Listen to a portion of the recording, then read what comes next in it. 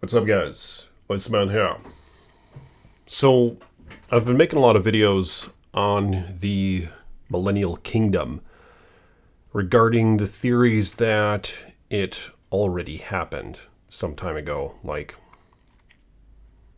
I don't know, 77 AD or 700 AD, something like that. People say that when Jesus spoke to the disciples and when he said, "This generation will not pass until all these things come to fruition," they say that he actually meant that. And when he said, "Some of you standing here will not taste death until you see me coming back from the sky," the theory goes that he actually meant that when he said it.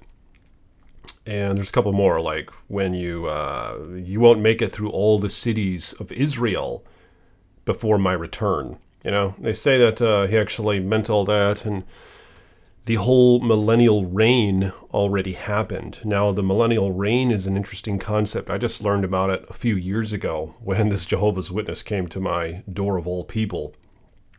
I'm not a fan of that group at all. I think there are some real strange things about their theology and their little, what do you call it, the temple or whatever. It's odd how you give donations to it and all those donations go to New York, right? They have like this little New York donation box. So it's not actually going to the community.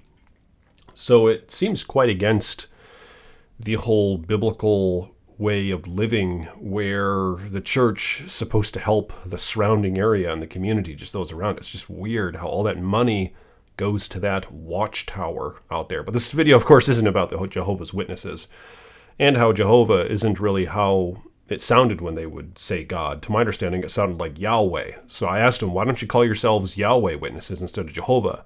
Jehovah is just like a transliteration.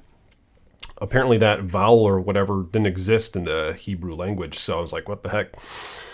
So it's misleading. They go around calling themselves Jehovah's Witnesses, which implicitly implies that they are clinging to the supposed real name of God, when in actuality, what they're using isn't the real name of God. It's just some transliteration. That's not how it sounded when the folks back in the day said it. So why wouldn't you call yourselves Yahweh Witnesses, It was probably by design that that's how it is. But yeah, again, this isn't about Jehovah's Witnesses. It's just strange. I mean, there's specks of truth, and all throughout, I mean, they say Jesus Christ is in all and through all things, which is a biblical concept. And so I guess you could say, well, I found some light in the Jehovah's Witness movement in that at least they go around knocking on doors and talking about Jesus and God to some extent in the Bible. And another thing that they did was they introduced me to the whole millennial reign concept. I didn't even realize that was in the Bible, but it is. And of course, their idea is, oh yeah, it's right around the corner, it's coming soon, just the end times, this and that. So they would definitely go against the whole idea that it already happened. But with that being said, here's an interesting connection to be made with what if the millennial reign already happened? That whole Tartarian kingdom, civilizations all over the place. You can Google it, Tartaria or whatnot.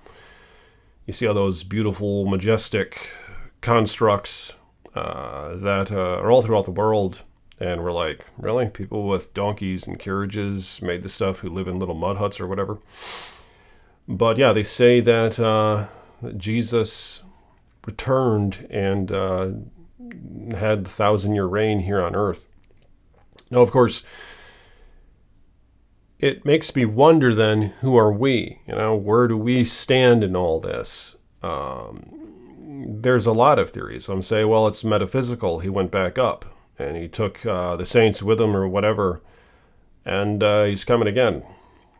Some say that, all that stuff in Revelation already happened. The fake news and media and entertainment and all that, they're acting like the Revelation stuff is right around the corner. They're trying to make it look like it's happening through the news. Of course, these people claim there is no God, basically.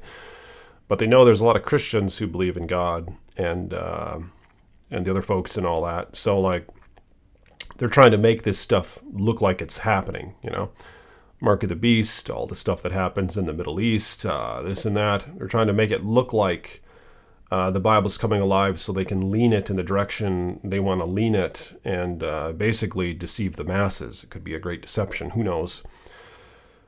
But again, it makes me wonder, who the heck are we in this whole thing then? Where do we fit in this whole scheme? And something really interesting came to my eyes while watching some other guy's YouTube video, just what some person said in the comments. And I feel like I've heard someone else comment this before in another video, but I never really saw a video on it. Check this out. It's really, it's a bit concerning, all right? I mean, here's another thing. Some say the millennial reign. Some say it's like in the North Pole or whatnot. Like, you know those northern lights and all that?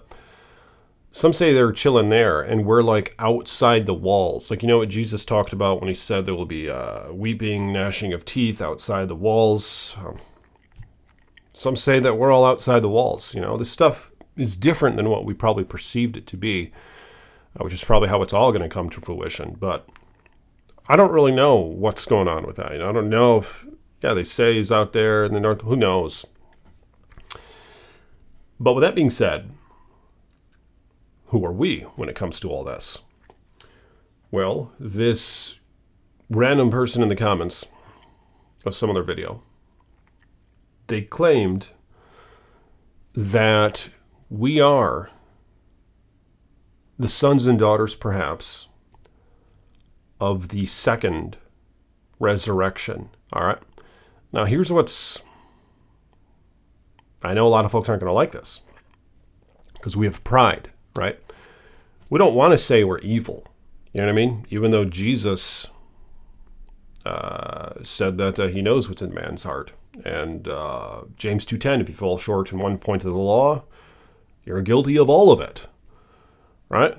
Isn't it in Isaiah where God looks down upon all the earth and finds not one that is good, no, not even one? You know, I mean, it seems like it's a biblical concept that we're evil, all right? I hate to say it. As much pride as you might have, you might think, no, Iceman, I'm good within. I'm at least better than the other evil people. I'm at least better than sinners of various sorts, you know. But I don't know. I mean, it seems like, you know, like what Jesus said. If you have anger in your heart, you're a murderer.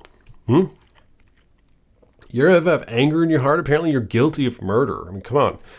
He says, if you lust, you're guilty of adultery. So yeah, like you feel like you haven't sinned against your marriage or whatever, or you haven't sinned at all.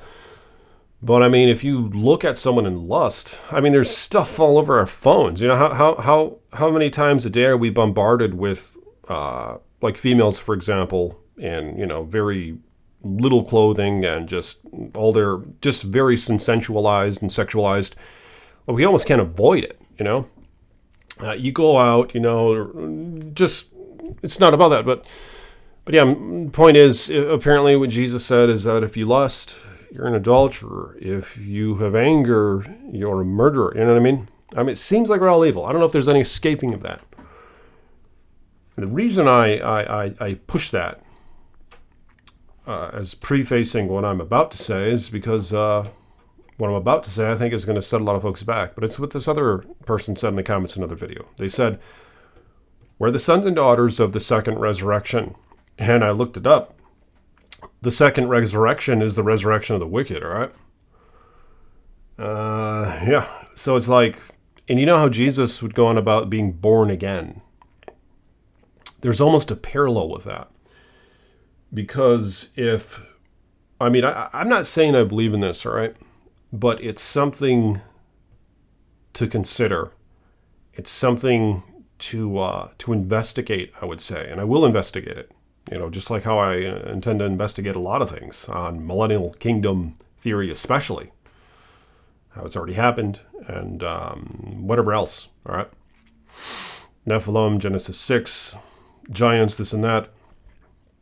The trees, you know, all that stuff. But what if that's the case? Like, my idea was, when I read this stuff in the Bible First resurrection, second resurrection. Like I said, we preconceive it to fit our narrative and stuff, and just our pre-existing notions of what we see to be, how it's all going to play out. Like I would think, well, yeah, the first resurrection is going to happen, and they're all going to see Jesus, this and that. It's going to happen in like a day, and then the second resurrection is going to happen in like a day or whatever. And they're all going to know it. They're going to be they're going to look like zombies or whatever, and they're going to be, I don't know, hopefully their souls are going to be obliterated, because I'd hate to suffer in hell for all eternity. Which is a debatable topic as well, But I didn't really think of it being like these big time periods. So what if that's what we're in?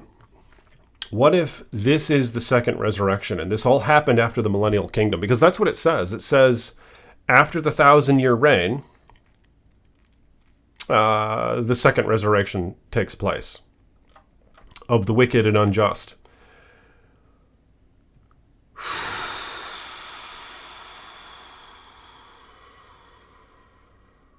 don't know. What do you guys think about that? And of course, it could be interpreted differently, what's going on with that second resurrection. This person in the comments of this video, they were saying that basically our memories would be wiped, and this isn't reincarnation because we're the same like soul or whatever. And we probably even look the same as what we did in the past. It's just we have opportunity now in this second resurrection, which is maybe why we're here, to come to Jesus or something. I don't really know. But yeah, nonetheless, that's the whole topic of discussion. Are we the second resurrection? Are we the wicked who have been resurrected? And do we have like a chance to embrace the kingdom? Is the kingdom already here? It's just we can't see it, just like how we can't see our past before we fell asleep. I don't really know, but I'm curious what you all have to say about this topic. Because yeah, I don't want to believe it, I don't want to think that, oh yeah, I was some evil soul or whatever, and that's what I'm doing here now. Maybe the whole Gog and Magog thing, they're going to try to unite those who are dwelling on the earth right now, somehow, some way, through media and all that, to go and fight against the saints and Jesus. Who knows? And who knows what great deception they'll use for that. I heard one guy, what's that guy's name? Understanding Conspiracy, I think. He was just blasted, and he like theorized, like, what if the whole saints and Camp of the Saints, what if that is like Northern Lights or this or that, or what if the city is coming down, and we've been kind of programmed to visualize that as like an alien invasion, right? So what if we see like these light emitting beings and like this massive city coming down, which is interesting because films like Independence Day and all those alien films, it's always the bad guys who have some big ship, it's like called the mother ship, you know what I mean? And we'll look and we'll see like some city, and they'll tell everyone it's alien invasion, and they'll do all sorts of what do you call it, like red flag events or whatnot, where like they'll have like drones do stuff, and they'll say it was the aliens, and they'll get everybody to go against it. I mean, that's going way out on a limb there. I mean, who knows? I'm just bringing up different theories, But let me know in the comments your thoughts on these matters.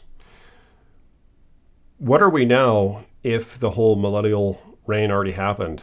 And where's Jesus and the saints? And who are we, and what's to come of us? I'm going to be doing more research on these topics, all right? So more videos to come. And I'll see you in the next one. Peace be with you.